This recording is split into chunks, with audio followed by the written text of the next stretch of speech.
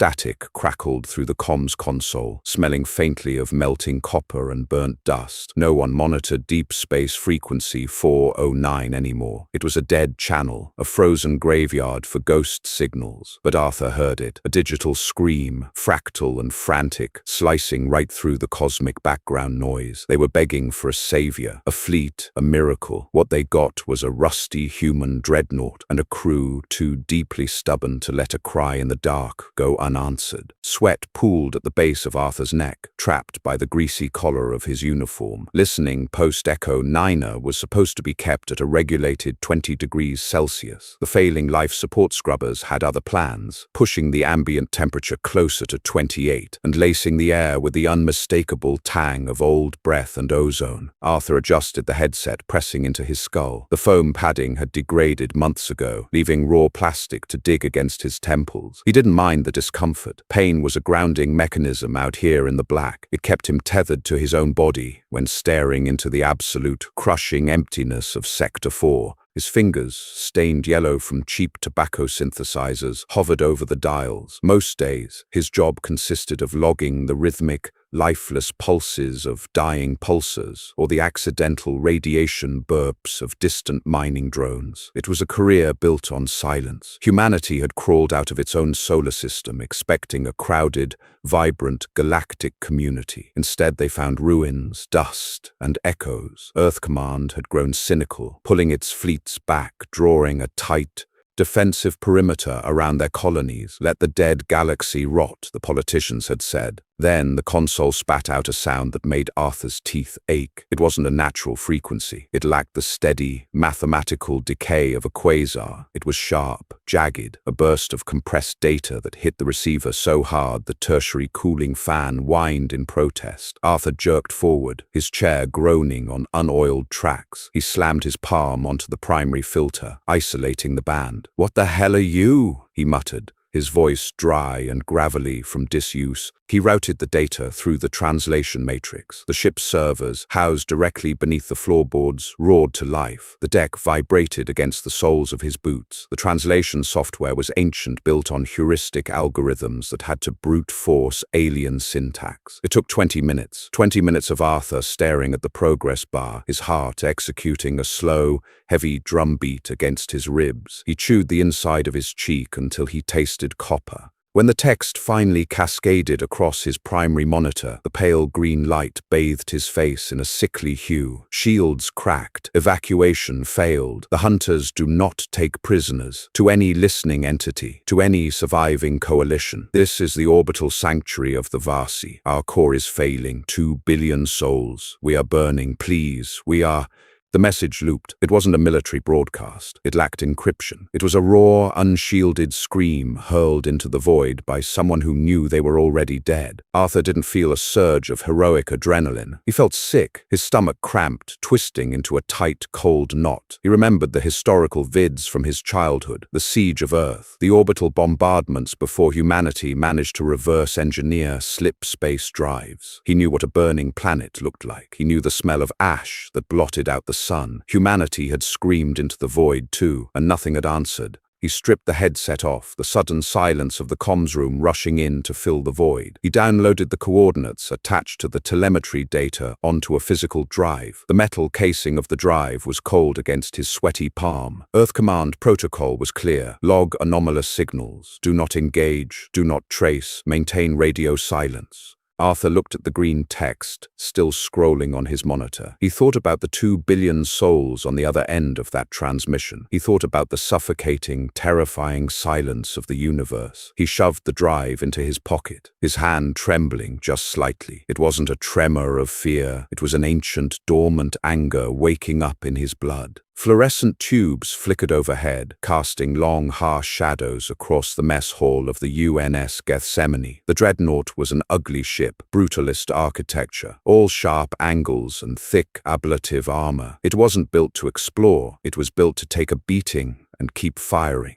Arthur found Commander Riggs sitting alone at a metal table, eating something that loosely resembled scrambled eggs. The smell of the synthetic proteins was chalky and sour. Riggs was an older man, his face a map of deep lines and shrapnel scars from the border skirmishes. He chewed slowly, staring at the bulkhead with the vacant, exhausted expression of a man who had seen too much and was paid too little to care. Arthur didn't salute. Protocol was a loose concept on the Gethsemane. He just dropped the physical drive onto the table, the metallic clink loud in the empty room. Riggs stopped chewing. He didn't look up immediately. He just let out a slow, tired sigh that seemed to deflate his chest. "Arthur, I'm eating." "I pulled a distress signal off frequency 409, Arthur said, his voice flat. He wasn't going to dress it up. Riggs finally looked up, his pale blue eyes bloodshot. 409 is a dead zone. It's outside our patrol radius by 3 parsecs. It's a civilian cry, sir. Species calling themselves the Vasi. Uncharted. They're under attack. Orbital bombardment, sounds like."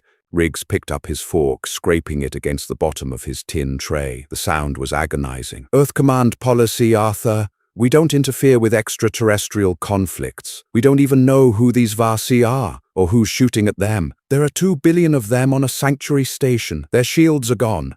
And we have a crew of 600, Riggs replied, his voice hardening, though his eyes betrayed a deep, uncomfortable ache, on a ship held together by duct tape and spite. What do you want me to do? Jump the Gethsemane out of our sector? Break orders? Face a court-martial so we can play hero for bugs or birds or whatever the hell is out there? Arthur sat down across from him. The metal chair was freezing. He leaned forward, resting his elbows on the sticky table. "Commander, when the Centauri dropped rocks on London, my grandfather was in the rubble for 6 days. He said the worst part wasn't the dust or the thirst. It was the absolute certainty that no one was coming." Riggs glared at him, a muscle twitching in his jaw. "We survived because we got mean," Arthur continued, his voice dropping to a low, intense whisper. "We survived because we built ships like this one to ensure nobody ever ignored us again. We are the monsters in the dark now. The least we can do is bite the bastards who are picking on the weak." The silence stretched between them, heavy and suffocating. The low hum of the ship's fusion drive vibrated through the deck plates, a constant physical reminder of the power sleeping in the belly of the dreadnought. From the shadow of the doorway, Fletcher, the ship's chief navigator, stepped into the harsh light. She had grease on her cheek and a wrench in her hand. "I can plot the jump," she said quietly. "It'll stress the manifold. We'll probably puke our guts out on re-entry, but I can get us there."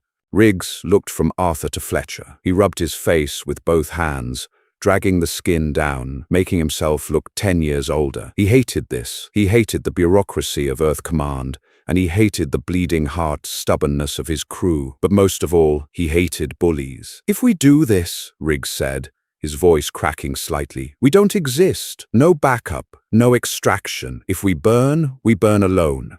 "We're used to it," Arthur said. Riggs picked up the drive. He stared at it for a long moment, the reflection of the fluorescent lights gleaming off the metal. He stood up, his knees popping audibly in the quiet room. "Fletcher," Riggs growled, tossing his half-eaten food into the recycler bin. "Spin up the slip-space drives. Arthur, get back to comms. Tell weapons to load the kinetic penetrators, the heavy ones."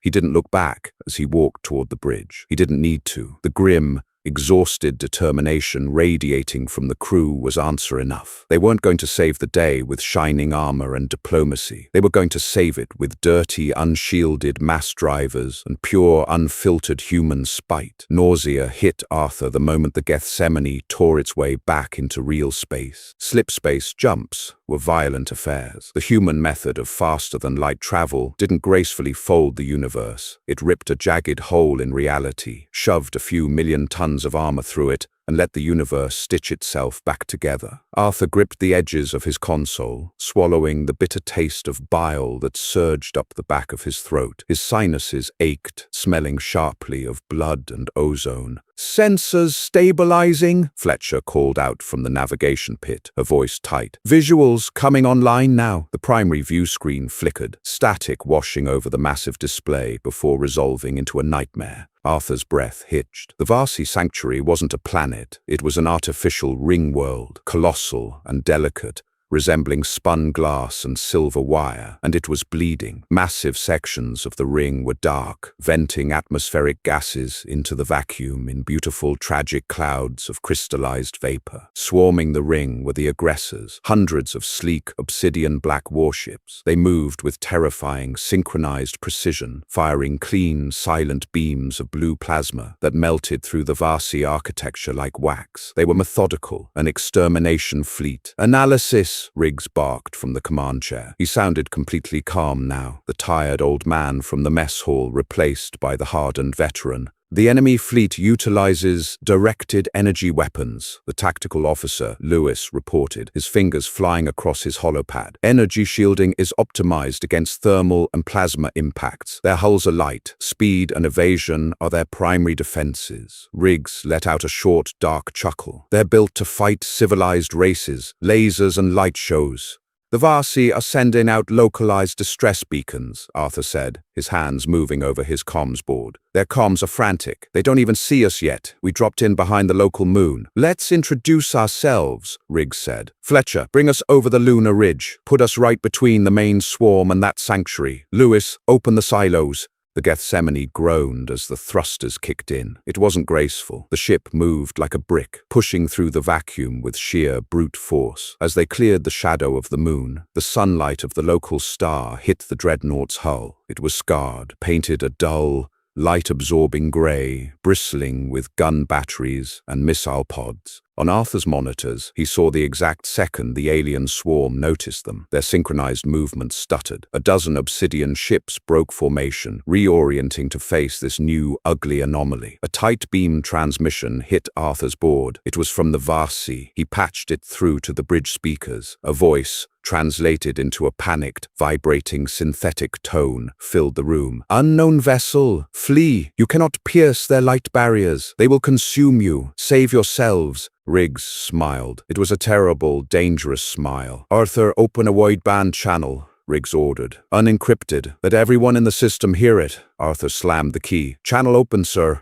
Riggs leaned over his armrest. "This is Commander Riggs of the United Nations Dreadnought Gethsemane. To the aggressor fleet, you have exactly 1 minute to power down your weapons and retreat from this system. If you fail to comply, we will consider it an act of war against humanity, and we do not take prisoners." The bridge was silent. 10 seconds passed. Then, the obsidian ships responded by powering up their plasma batteries, aiming directly at the human ship. They didn't even bother to reply. They assumed the Gethsemane was just another piece of debris waiting to be vaporized. 30 seconds, Lewis whispered, watching the enemy charge levels rise. "They think our armor is primitive," Riggs noted, watching the tactical display. "They think we don't have shields."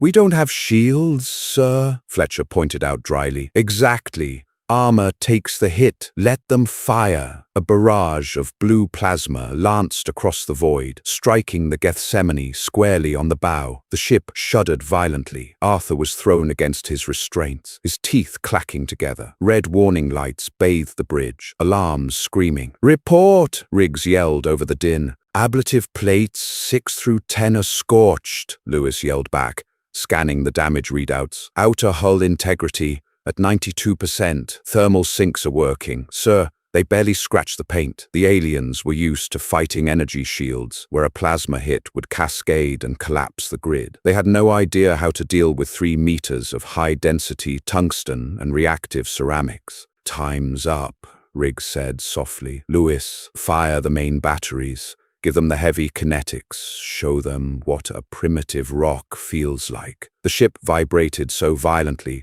Arthur thought his molars would shatter. Deep within the belly of the ship, electromagnetic coils propelled solid 2-ton slugs of depleted uranium out of the spinal mounts at a fraction of the speed of light. There were no glowing lasers, no beautiful beams of light, just an invisible, unstoppable wall of kinetic force. The uranium slugs crossed the distance in a heartbeat. They hit the energy shields of the lead obsidian ships. The alien shields were designed to dissipate heat and absorb energy. They were completely mathematically incapable of stopping raw, physical mass moving at relativistic speeds. The slugs punched right through the glowing blue barriers, as if they weren't there, shattering the obsidian hulls, tearing through the engines, and exiting the other side in a spray of molten metal and venting atmosphere. 3 of the pristine, elegant aggressor ships simply ceased to exist, turning into violently expanding clouds of debris. The entire alien swarm froze. The slaughter on the sanctuary ring halted. Arthur's comms board lit up like a Christmas tree. The Varsi frequency, previously filled with screams and despair, went completely, utterly silent. Then, a single, tentative transmission came through. What are you?" Arthur looked at Riggs. The commander wiped a bead of sweat from his scarred forehead and settled back into his chair. "Arthur," Riggs said, "tell them help has arrived." Shockwaves from the uranium slugs tearing through the local vacuum didn't carry sound, but they carried momentum. Arthur felt the reverberation in his molars, a deep, rhythmic grinding that traveled up his spine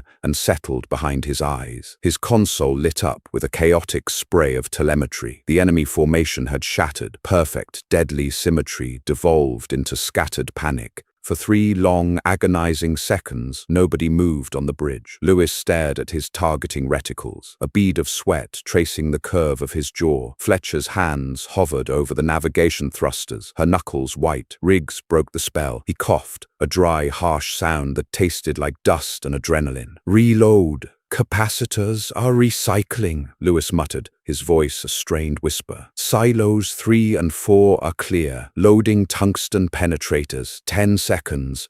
The alien warships were recovering. They weren't stupid. They had watched 3 of their sleek, perfectly engineered vessels turn into expanding clouds of frozen vapor. Arthur monitored their tactical comms. It wasn't language, not anymore. It was a rapid, high-frequency screeching, a digital hive mind reallocating processing power to deal with a threat that didn't play by the rules of civilized warfare. "They're swarming," Fletcher announced. The tactical overlay on the main screen shifted. The obsidian ships stopped aiming for the Varsi sanctuary ring. They turned their unified, featureless prows toward the Gethsemane. "Let them come," Riggs said. He leaned back in his chair, ignoring the way the cheap synthetic leather stuck to his damp uniform. "Arthur, keep the channel open. Let the Varsi watch. Let them see how Earth Command conducts a negotiation." Arthur swallowed hard. His mouth was completely dry. He routed the visual feed to the alien ring world. He felt sick, an acidic churning in his gut that had nothing to do with slipspace sickness and everything to do with the fact that he was about to die. He wasn't a hero. He was a junior comms officer who drank too much synthesized coffee and missed the rain back in Seattle. Yet here he was, sitting in a metal coffin millions of light years from home,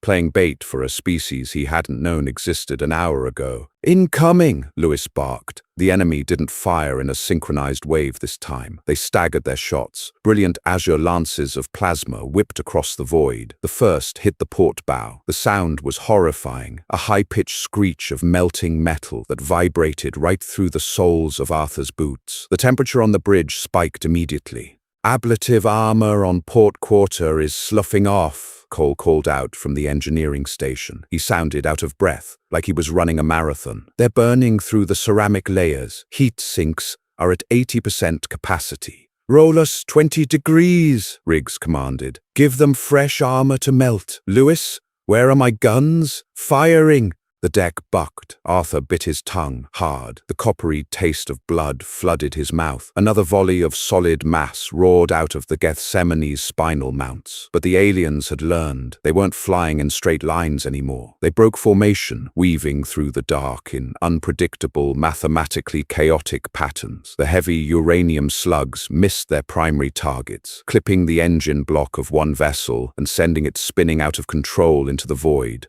But the rest of the swarm danced around the kinetic fire. "They're too fast," Lewis growled, his hands flying across the targeting board. "Our mass drivers are too slow for evasive fighters. They're closing the distance." Arthur watched his monitors. The distance markers shrank rapidly. 50,000 kilometers, 30,000, 10. At this range, the aliens couldn't miss. The plasma strikes turned from sporadic lances into a continuous, blistering rain of fire. Red emergency lighting snapped on. The bridge was bathed in the color of an open wound. "Hull breach in Sector 4, Cole screamed over the blaring klaxons. "Bulkhead sealing. We lost atmospheric pressure in the starboard corridors. Casualties. God, we've got casualties." Arthur squeezed his eyes shut. He didn't want to hear the numbers. He didn't want to know who was in Sector 4. Was it Miller from hydroponics? Was it the kid, Hayes, who always cheated at cards in the mess hall? The ship shuddered violently, throwing him sideways against his harness. The plastic straps dug painfully into his collarbones. "Maintain course," Riggs roared. His voice was raw, stripped of its usual deadpan exhaustion. "Fletcher, keep our nose pointed right at their center mass. If they want to dance close, we'll step on their toes. Lewis, switch to the point defense cannons. Flak bursts. Fill the space between us with shrapnel." "Switching to flak," Lewis confirmed. "Depleted uranium fragmentation rounds loaded." The Gethsemane possessed dozens of automated point defense turrets, usually reserved for shooting down incoming missiles. Now they swiveled outward, tracking the incredibly fast alien fighters. The deep, rhythmic thud of the mass drivers was replaced by a deafening, continuous roar. Thousands of tungsten and uranium shards sprayed into the vacuum, creating a deadly, expanding cloud of razor-sharp metal. It was a tactic of pure, brutal attrition. The alien shields could absorb directed energy. They couldn't absorb a dense cloud of high-velocity shrapnel tearing through their path.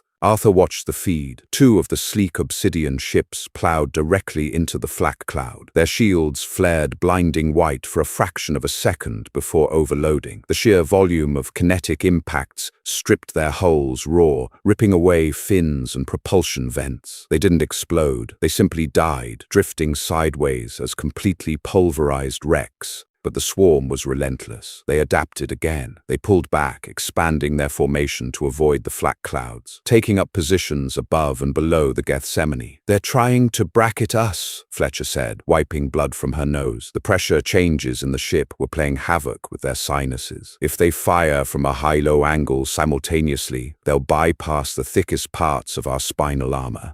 "They're tearing us apart, Commander," Cole said. His terminal sparked, showering his hands in sparks. He didn't even flinch. "Engineering says the main fusion reactor is overheating. We've taken too many thermal hits. If the core temp rises another 50 degrees, we boil alive." Riggs gripped his armrests. The veins in his forearms bulged, thick and blue under his pale skin. He looked at Arthur. "Comms, what are the Vasi doing?" Arthur checked the secondary feed. The massive, delicate ring world was still venting gas, but the slaughter had stopped. The alien swarm had entirely abandoned the civilian target to deal with the heavily armored pest that had interrupted their butchery. "They're watching us," Arthur said quietly. "They're transmitting our telemetry across their entire network. Millions of them. They're just watching us burn." Riggs nodded slowly. A grim, terrifying resolve settled over his scarred face. "Good," Riggs whispered. "Let them watch." He turned back to the main view screen. "Fletcher, cut the main engines." Fletcher blinked, her hands freezing on the console. "Sir, if I cut the engines, we lose all evasive capability. We'll be a sitting duck." "Do it," Riggs ordered. "Cut the main drive. Divert all propulsion power to the forward deflector array and the heavy lasers." "We don't have heavy lasers, sir," Lewis said, utterly bewildered. "I know," Riggs smiled. It wasn't a pleasant smile. It was the smile of a cornered predator, realizing it had one good bite left. But they don't know that. They've been fighting energy weapons all day. They expect a light show. Cut the engines. Let them think we're dead in the water. The deep, comforting hum of the fusion drive died. The sudden silence on the bridge was more terrifying than the alarms. The Gethsemane drifted, powerless, as the alien swarm circled like sharks in dark water. Sweat stung Arthur's eyes. He didn't wipe it away. He sat perfectly still in the dim, red-lit bridge, listening to the agonizing creaks of the dreadnought's cooling metal. The ambient temperature was hovering near 40 degrees Celsius. Every breath felt heavy, tasting heavily of singed copper and the bitter tang of melting insulation. On the tactical display, the obsidian swarm slowed their frantic weaving. The human ship had gone dark. To their sensors, the Gethsemane was a dead slab of cold iron drifting listlessly in the void. "They're reforming," Lewis whispered, as if speaking too loudly would break the illusion. "They're gathering for a concentrated strike. They want to vaporize us in one hit." "Let them gather," Riggs rasped. His chest rose and fell in slow, deliberate rhythms. Arthur's hands shook over his keyboard. The Varsi frequency was flooded with frantic, garbled transmissions. They thought the humans were dead. They were screaming in despair, watching their only salvation float lifelessly between them and the executioners. The alien warships clustered tightly together, precisely 100 kilometers off the Gethsemane's port bow. They were aligning their main plasma batteries, forming a concentrated geometric grid of annihilation. Energy spikes detected across their entire formation, Cole reported, his voice cracking. It's off the charts. Commander, if that hits us, ablative armor won't mean a damn thing. It'll melt the ship down to the atoms. Wait, Riggs said. The blue glow of the alien weapons charged, casting an eerie sapphire light through the bridge viewports. It was beautiful. It was the most beautiful thing Arthur had ever seen, and it was going to reduce him to ash in less than 10 seconds. Commander! Fletcher's voice was a plea. Wait! The blue light intensified until it was painful to look at. Now! Riggs barked, his voice explosive in the quiet room. Fletcher, maximum burn on the port maneuvering thrusters. Spin us. Lewis, manually release the port missile pods. All of them. Blind fire.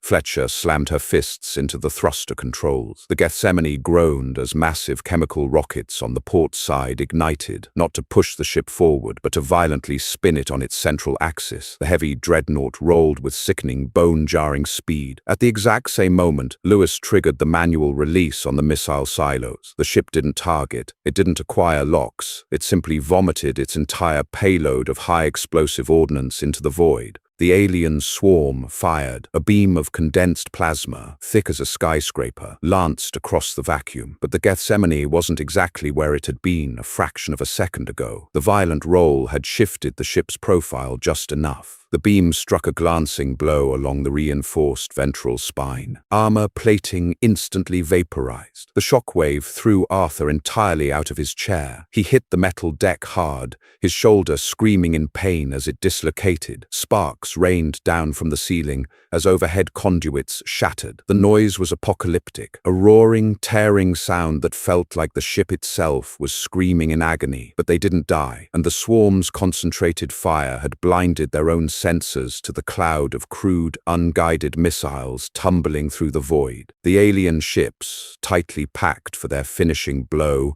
couldn't evade. Hundreds of human missiles, primitive and incredibly destructive, slammed into the glowing blue shields of the Obsidian fleet. The shields held against the first 20. They flickered at 50. They collapsed at 100. The remaining missiles detonated directly against the sleek, fragile hulls of the aggressor ships. Fire blossomed in the dark. It wasn't the clean, elegant destruction of plasma weapons. It was dirty, chaotic combustion. Shrapnel, burning fuel, and shattered obsidian armor tore outward, ripping through neighboring ships in a cascading chain reaction of catastrophic failure. Arthur dragged himself up, clutching his dangling left arm. He tasted vomit in the back of his throat. He hauled himself back into his seat, fighting through a wave of dizzying nausea. The main view screen was a mess of static and blinding white flashes. As the camera filters finally adjusted, the true extent of the devastation became clear. The tight, disciplined formation of the alien swarm was gone. In its place was a sprawling,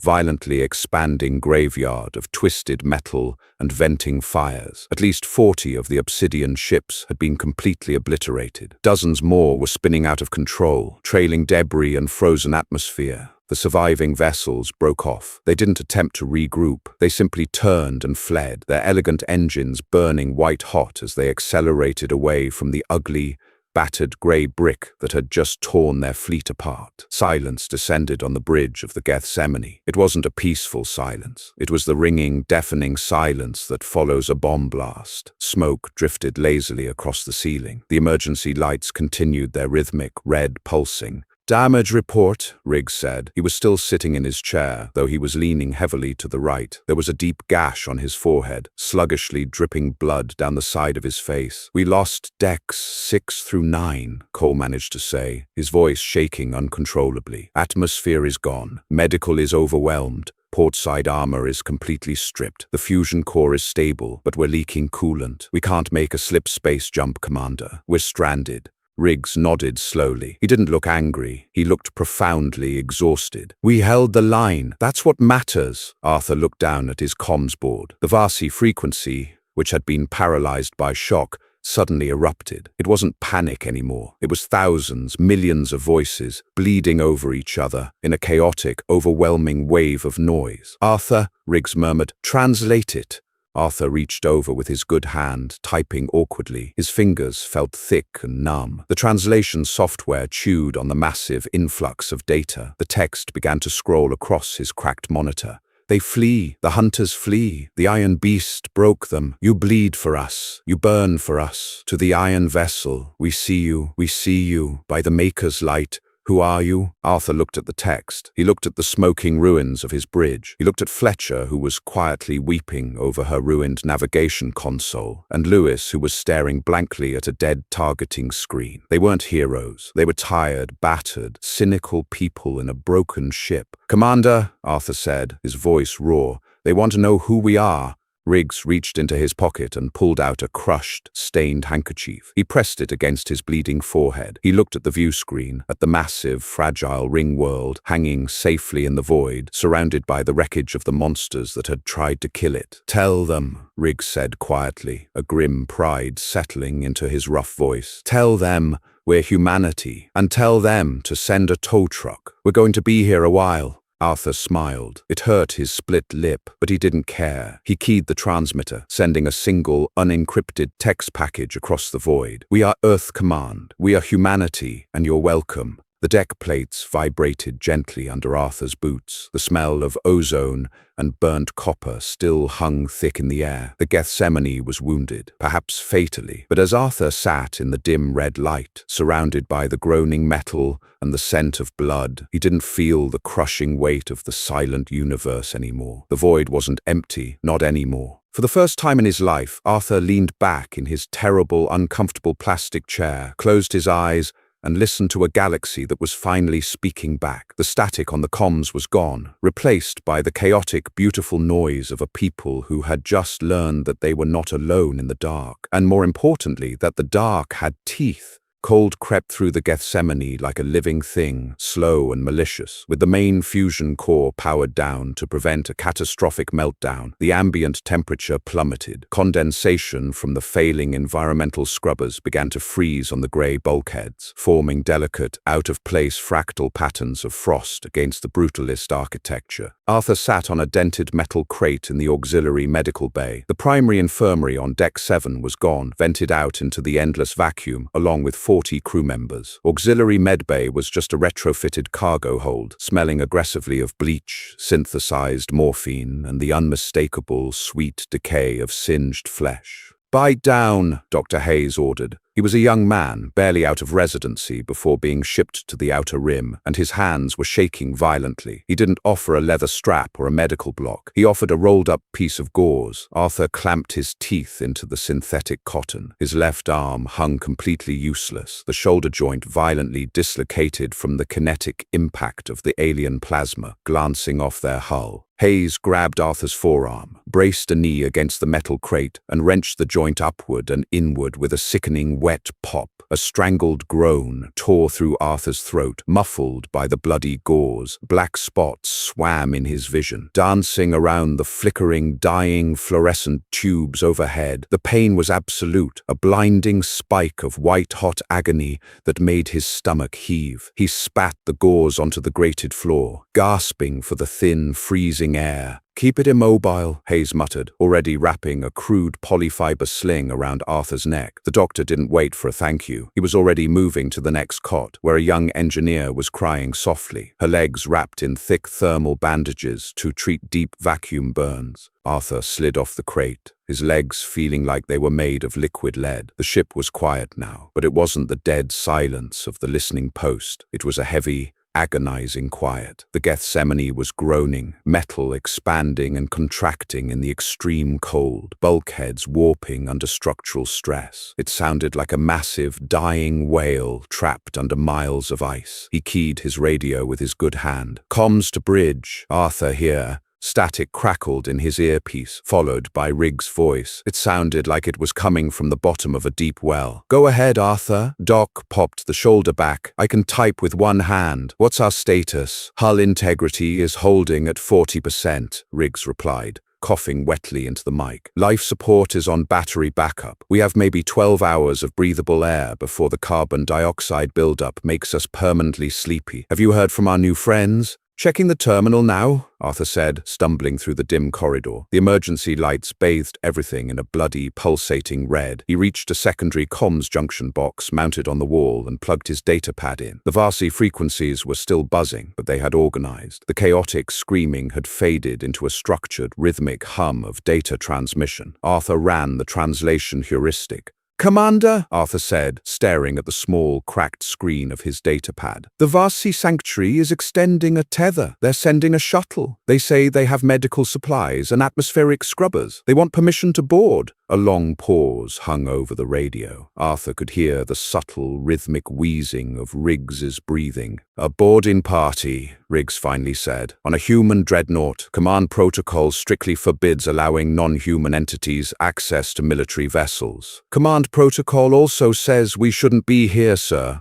"Fair point," Riggs grunted. "Tell them to approach airlock 3 on the starboard side. It's the only one that still has power to cycle the outer doors. Get down there, Arthur. You're our translator. I'll meet you in 5. Walking to the starboard airlock took longer than it should have. The ship's artificial gravity was failing in patches. In corridor 4B, Arthur felt his boots become incredibly heavy, as if the deck plating was trying to pull him into the core of the ship. 2 sections later, he had to grab the overhead handholds to keep from floating away as the gravity completely inverted. It was a nauseating, disorienting crawl. When he finally reached airlock 3, Riggs was already there. The commander looked terrible. The gash on his forehead had stopped bleeding, but the blood had dried into a thick black crust down the side of his face. His uniform was torn, smelling of ozone and burnt copper. Beside him stood Lewis, holding a heavy kinetic shotgun. The weapon looked massive and brutal, a blunt instrument of death that perfectly matched the ship they were standing in. "Weapons tight, Lewis," Riggs warned, leaning heavily against the blast door control panel. "They're coming to help, but keep your finger near the trigger.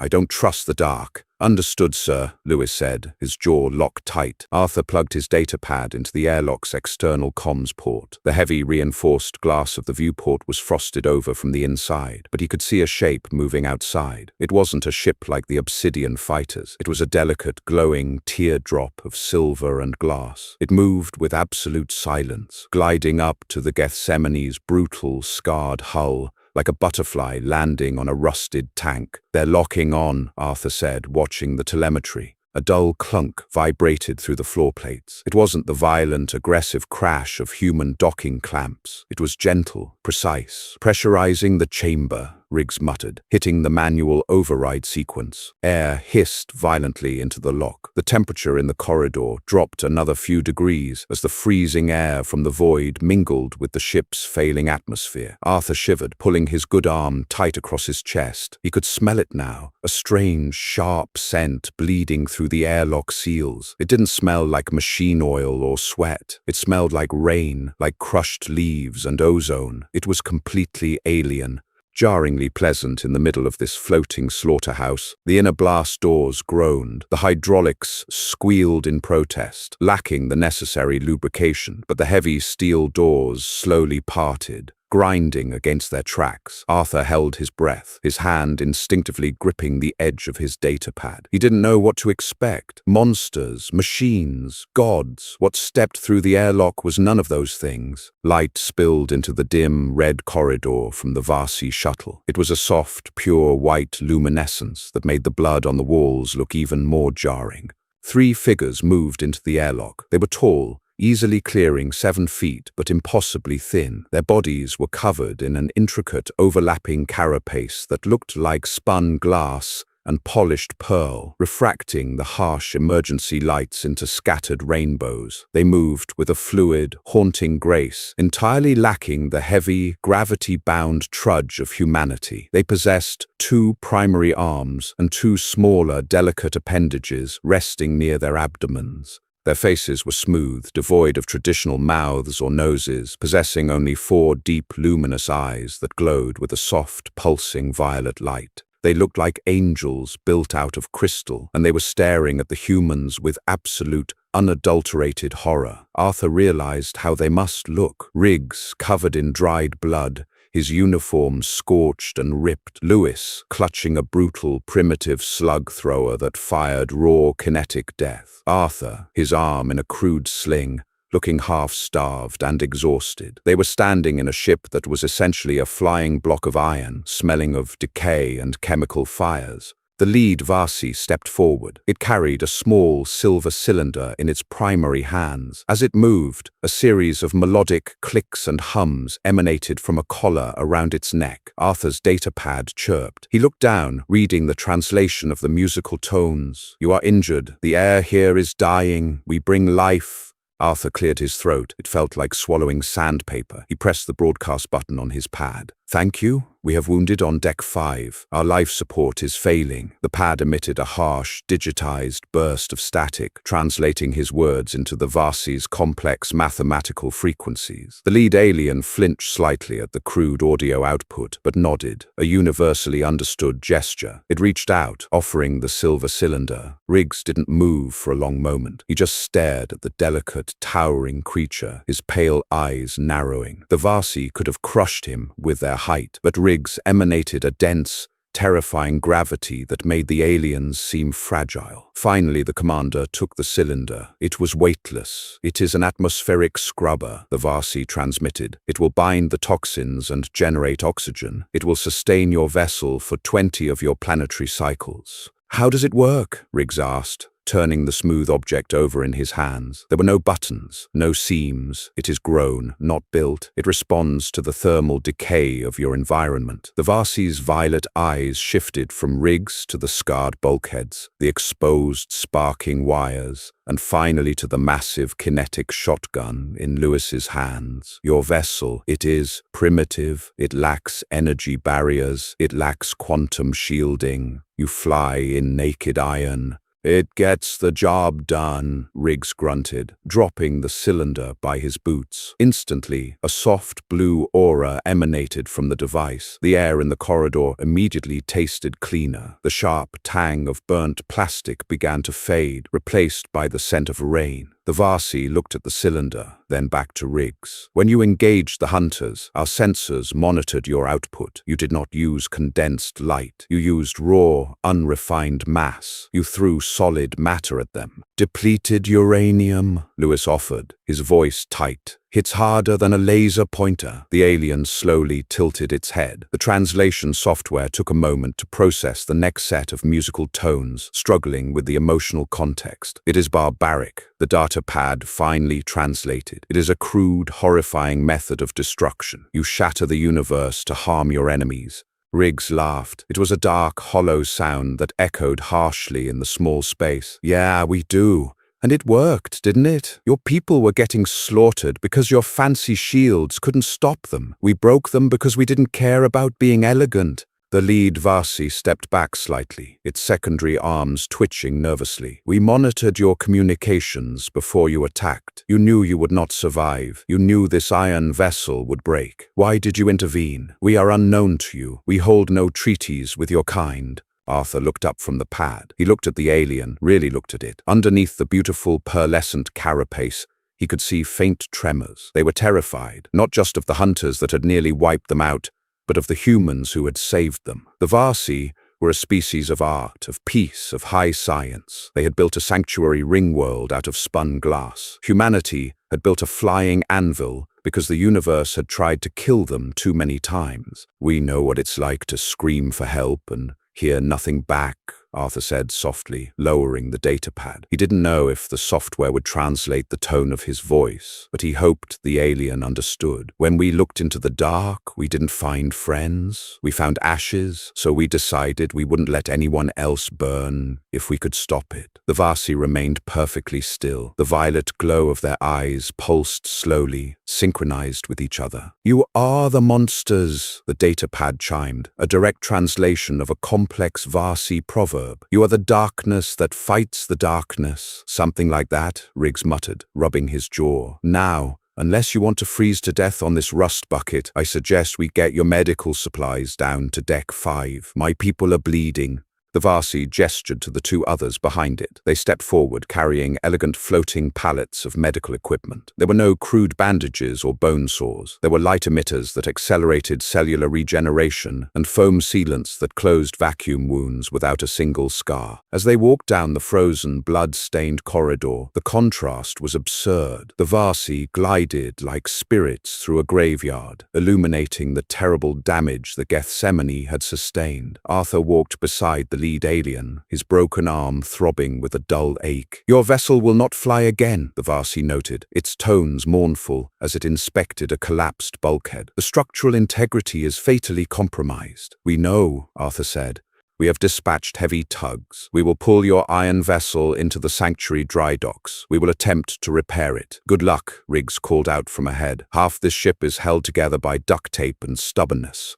The Vasi looked down at Arthur, its 4 eyes unblinking. "We do not understand your kind. You are fragile beneath your iron shells. You are short-lived, yet you harbor a rage that burned through a fleet that has terrorized this quadrant for 1,000 cycles. The hunters call themselves the Apex. They believed they were the end of all things." Arthur smiled cynically, leaning against the cold wall to steady himself as another bout of dizziness washed over him. "We used to think we were the apex too. Then we met the rest of the universe, taught us some humility. We are in your debt, humanity," the Vasi hummed, the sound vibrating pleasantly in Arthur's chest. "We will heal your wounded. We will fix your ship. And when you are ready, we will show you how to build energy shields, so you do not have to bleed to protect yourselves." Riggs stopped at the entrance to the medbay. He looked over his shoulder at the towering crystal alien. He looked at the bloody gauze on the floor, the exhausted faces of his crew, and the ugly grey walls of the dreadnought that had kept them alive. "Keep your shields," Riggs said, his voice dropping to a low, gravelly whisper. "Shields make you soft. They make you think you're safe. We'll take the repairs. We'll take the medical supplies. But we keep the armor, because out here—"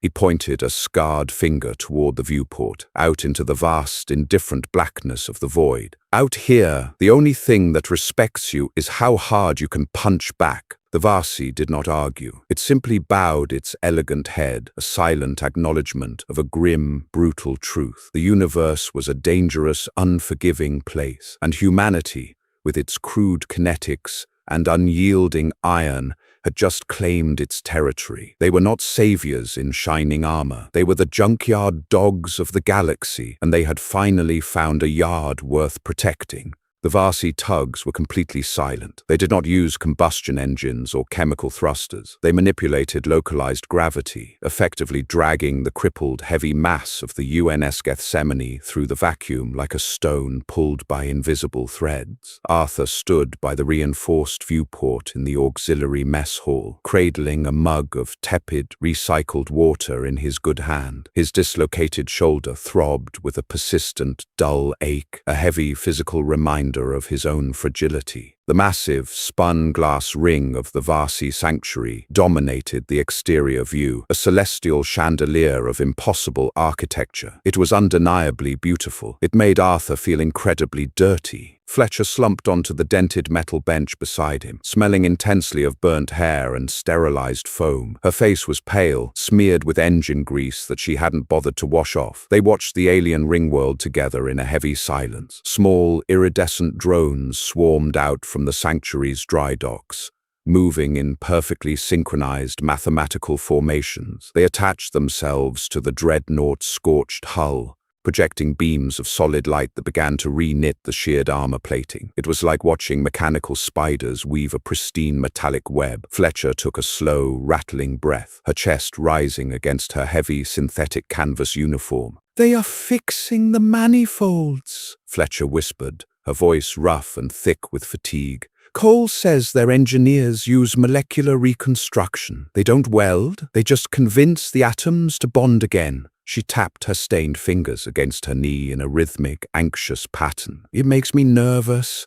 It's too clean. Ships are supposed to have scars. They aren't supposed to look like toys." Arthur took a sip of his flat water. The liquid tasted intensely of iodine and copper pipes. We'll still have scars, Fletch. They're just patching the holes so we don't suffocate out here. Riggs won't let them make us pretty. He hates it.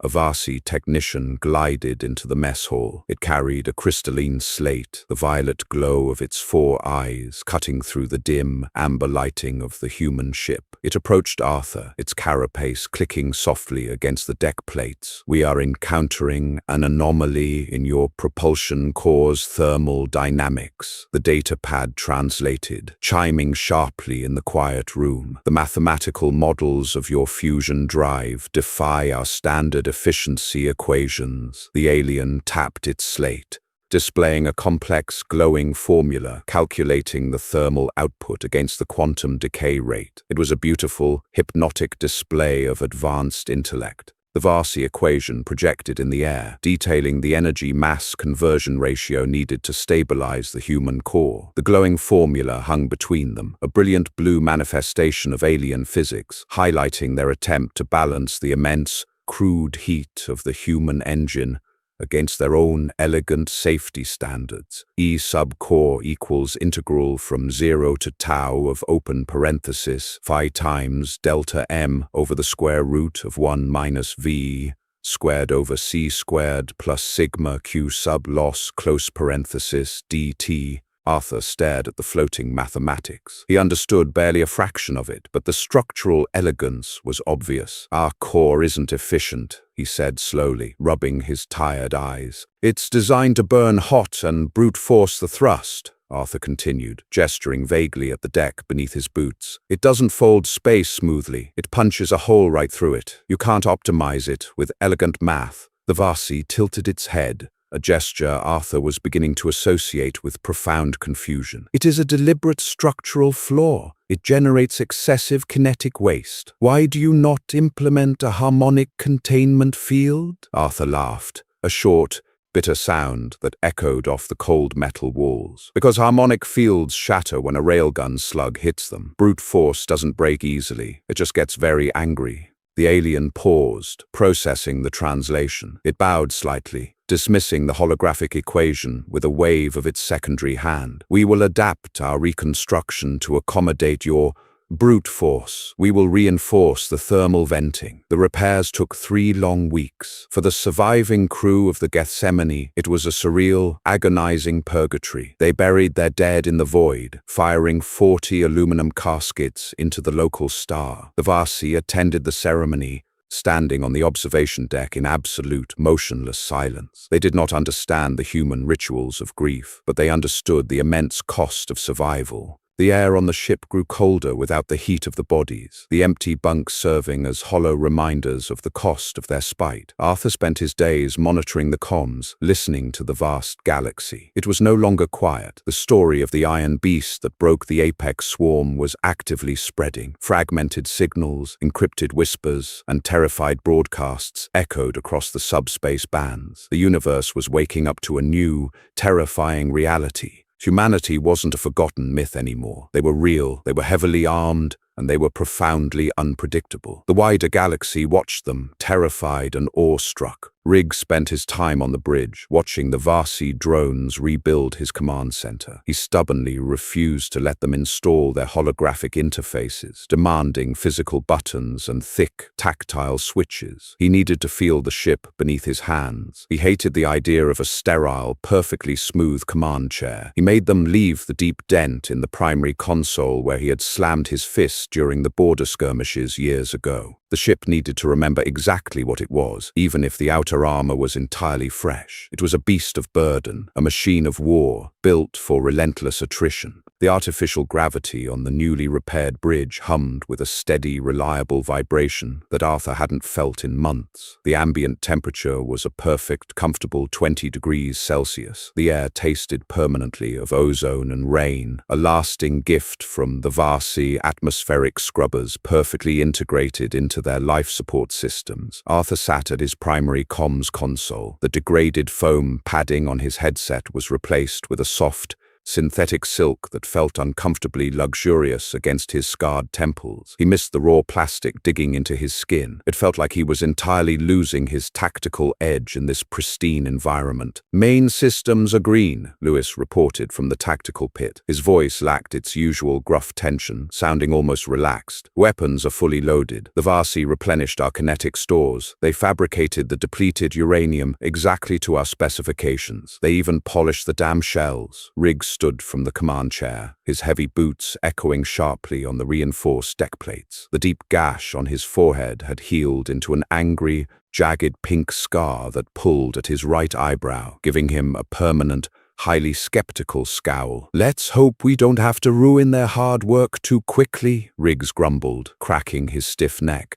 The main view screen flared to life, crystal clear. The static and visual artifacts were completely gone. The sanctuary ring world loomed ahead, its spun glass towers shimmering brilliantly in the warm light of the local star. A single Vasi shuttle hung directly in front of the Gethsemane's bow, a tiny, glowing speck against the massive, brutalist bulk of the human dreadnought. Arthur's comms board chirped twice. It was the lead Vasi, transmitting directly from the shuttle. "Your vessel is restored, Commander Riggs. The structural integrity is superior to your original specifications. We have added dense molecular lacing to your armor plating. It will hold." "Much obliged," Riggs said, leaning his weight over the comms station. "We appreciate the tow and the patches. We'll be out of your hair shortly. We have a standard patrol route to resume." The Vasi transmission paused. A complex series of musical notes drifted through the overhead speakers before the translation software caught up. "The Apex fleet is vast. They will return to this sector. When they realize a single iron vessel destroyed their vanguard, they will send an armada. Your patrol route will not hide you." Riggs smiled. It was the identical, dangerous, terrifying smile that had preceded the orbital slaughter exactly 3 weeks ago. "We aren't hiding," Riggs stated flatly, his voice carrying the immense weight of a dying sun. "Let them send an armada. They know our frequency. They know what we are now." Arthur looked down at his console. He felt a cold, deep thrill run down his spine. The paralyzing fear of the silent void was entirely gone, replaced by a dark, simmering anticipation. "You are choosing a war of attrition," the Vasi warned, the digital translation carrying a distinct tone of deep, profound sorrow. "You are choosing to bleed." "We always bleed," Lewis interjected, racking the slide of his heavy kinetic shotgun with a loud, aggressive clack. "But now," Lewis continued, his eyes locked firmly on the view screen, "we're making sure the other guys bleed a whole lot more." The Vasi shuttle drifted slowly to the starboard side, clearing the visual path for the dreadnought. "Go then, humanity. You are a terrifying species. You build your homes in the dark, and you forge your hearts in the fire. We will not forget this debt. The Maker's light guide your iron." "Fletcher," Riggs commanded, turning his back entirely on the screen, "spin up the slip space drive. Plot a course for the deepest, darkest part of Sector 4. Let's go find something else to completely break." The Gethsemane groaned as the newly reinforced fusion core ignited. The vibration was infinitely smoother, lacking the violent, rattling death throes of their previous jumps, but it still possessed the overwhelming, undeniable feeling of raw, contained power. Arthur gripped the edges of his console. The smell of copper and old sweat began to subtly overwrite the clean scent of Vasi rain. The ship was settling back into its true nature. It wasn't a pristine vessel of peaceful exploration. It was a weapon, forged in paranoia and tempered in a desperate, lonely universe. And it was exactly where it belonged, amidst the eternal, freezing stars. "Drive spooling up," Fletcher called out, her hands flying rapidly over the manual controls. She had bypassed the Vasi automated navigation system entirely. "Manifold pressure is optimal." Slipping in 3, 2, 1. Reality tore open. The jagged, ugly rift in space-time swallowed the massive dreadnought whole, leaving behind nothing but a fading ripple of displaced thermal energy and the silent, shimmering ring of the Vasi sanctuary. In the cold, indifferent vacuum, the apex would eventually come. They would bring their elegant blue plasma, their perfect geometric shields, and their absolute certainty of victory, but they would not find easy prey to slaughter. They would find humanity. Arthur stared into the swirling, violent vortex of slipspace, his heart beating a steady, heavy rhythm against his ribs. He didn't check the dead frequencies anymore. He actively tuned his comms array to the encrypted military channels of the alien empires. He listened to their chatter, their orders, their arrogant assumptions of galactic supremacy. He listened to the monsters that thought they owned the dark. Arthur smiled, his hands resting on his worn keyboard. Let them come. Let them line up their pristine fleets and their arrogant armadas. The junkyard dogs were finally off the leash, and they were incredibly hungry. The dreadnought plummeted through the void, a silent scream of heavy metal and depleted uranium. They were imperfect, heavily broken, and profoundly cynical. They fought dirty. They survived purely on spite and stubbornness. They were the absolute worst thing the universe could have ever asked for. And out there, in the deep, unfathomable blackness where the stars burned cold and the silence stretched into infinity, they were exactly what the galaxy desperately needed. Arthur leaned back, the cheap synthetic silk of his headset slipping slightly, and waited for the next distress call to inevitably break the silence. Did the roar of the Gethsemane's mass drivers make your pulse pound? Humanity might not have the sleekest ships or the most elegant technology, but when the chips are down, nobody fights harder for those left in the dark. If you loved this raw, gritty HFY story, hit that like button and drop a comment below letting me know your favorite moment. Don't forget to subscribe and ring the bell so you never miss the next part of Arthur and Riggs's desperate fight. The galaxy is a dangerous place. Let's face it together.